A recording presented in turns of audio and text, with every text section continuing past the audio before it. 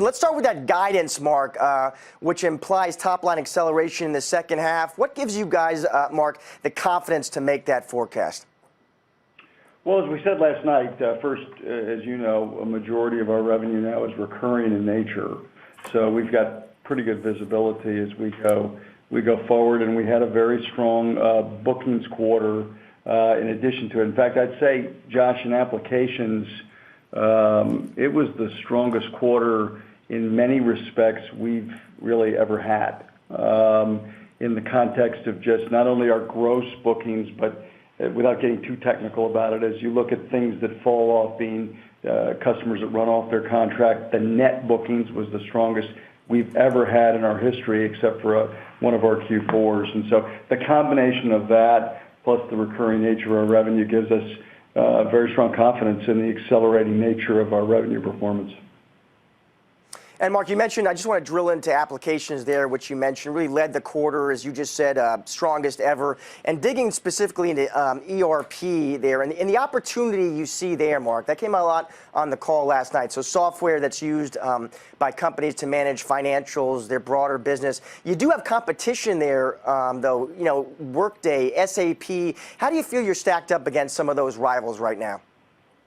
Well, we think we're way ahead would be an understatement as it relates to SaaS ERP. So just to give you some context and maybe the listeners, the applications market is about $125 billion. About two-thirds of that is in the back office, what you defined as ERP and HR, and about a third of that is front office. That market, it's funny, as it moves from the traditional older legacy on-premise to SaaS, the market actually grows. It gets bigger because all of the servers and storage and other software that's involved in it actually moves into the applications market and away from the infrastructure market. So that market's actually going to get substantively bigger.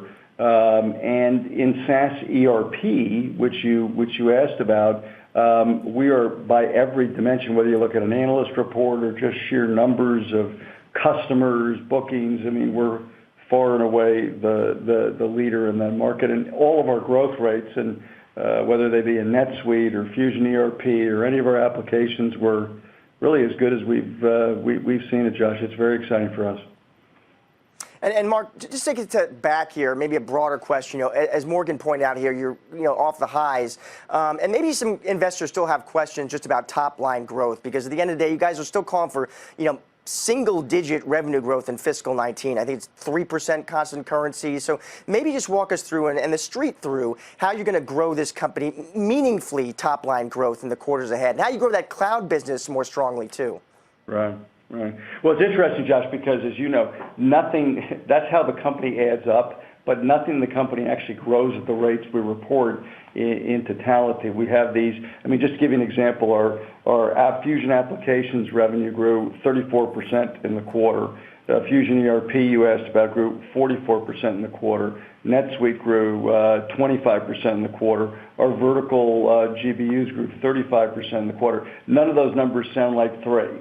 So what you have is a bunch of numbers that are growing really, really fast, and then businesses that we're moving out of actually in decline. And the average is the three. As the businesses that are growing become a bigger percent of the total, that's why you see the revenue acceleration that you see as you go through the year. So it's really a story of mix.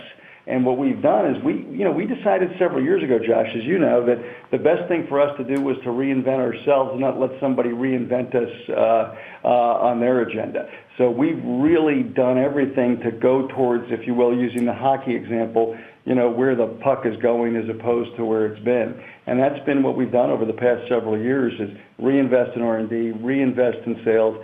And that's why you see this undisputed leadership in SaaS ERP and some of these other examples that we talked about a couple minutes ago.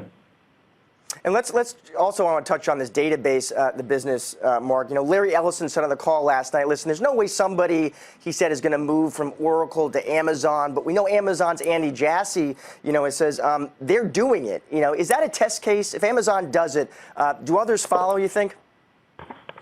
Well, listen, I mean, again, Larry, of course, was very timid in his comments. And of course, I'm being sarcastic last night. But I think the point he was trying to make is the technical differentiation of the product is extreme.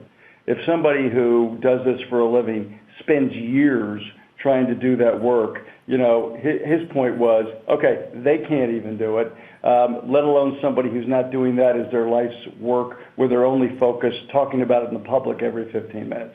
So I think the fact of, are other people, you have to ask yourself the question, Josh, of why. And then, you know, the problem with trying to replace something like the Oracle database is there is just years and years of programming and capability and features that are available, not only the capabilities now with autonomous database. This release we've just made of our database, forget trying to replace something that's 10 years old. Let's talk about what's available now. This is really a self-driving database that patches itself. Some other time, Josh, we can go into what patching all means. But the fact that now security-wise, instead of waiting a year to get patches through, you can get them done immediately. Everything self-tunes, self-optimizes. You get materially more performance. This is just the game-changing database release, maybe the greatest release in the history of Oracle. So that's really, to your point, Josh, the thesis of the company is really this applications momentum that we've got in addition to the greatest database release in the history of Oracle.